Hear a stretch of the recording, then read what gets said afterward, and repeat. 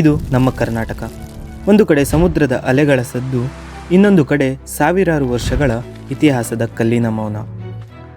ಆಧುನಿಕ ತಂತ್ರಜ್ಞಾನ ಮತ್ತು ಸಾವಿರಾರು ವರ್ಷಗಳ ಇತಿಹಾಸ, ನಮ್ಮ ಕಲೆ, ನಮ್ಮ ಸಂಸ್ಕೃತಿ, ಎಲ್ಲೆಲ್ಲೂ ಹೆಮ್ಮೆಯಿಂದ ತಲೆ ಎತ್ತಿ ನಿಲ್ಲುವ ಕನ್ನಡಿಗರು. ಈ ಭವ್ಯ ಕರ್ನಾಟಕ ಲಕ್ಷಾಂತರ ಜನರ ಕನಸು, ಹೋರಾಟ ಹಾಗೂ ಶ್ರಮದ ಫಲ. ಇತಿಹಾಸದ ಪುಟಗಳನ್ನು ತಿರುವಿ ನೋಡೋಣ, ನಮ್ಮ ಕರ್ನಾಟಕದ ಇತಿಹಾಸವನ್ನು ತಿಳಿಯೋಣ.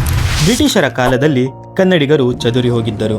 ಮೈಸೂರು, ಬಾಂಬೆ, ಹೈದರಾಬಾದ್ ನಿಜಾಂ, ಮದ್ರಾಸ್ ಮತ್ತು ಕೂರ್ಗ್ ಆಡಳಿತಗಳ ಅಡಿಯಲ್ಲಿ ಬಾಂಬೆಯಲ್ಲಿ ಮರಾಠಿ ಭಾಷೆಯ ಆರ್ಭಟ, ಹೈದರಾಬಾದ್ನಲ್ಲಿ ಉರ್ದು ಹಾಗೂ ತೆಲುಗಿನ ದರ್ಬಾರ್, ಮದ್ರಾಸಿನಲ್ಲಿ ತಮಿಳಿನ ಪ್ರಾಬಲ್ಯ, ಆ ನೆರಳಿನಲ್ಲಿ ಕನ್ನಡದ ಗೌರವ ಕುಂದಿತ್ತು. ಅಕ್ಷರಶಃ ನಮ್ಮ ನೆಲದಲ್ಲೇ ನಮಗೆ ಬೆಲೆ ಇರಲಿಲ್ಲ.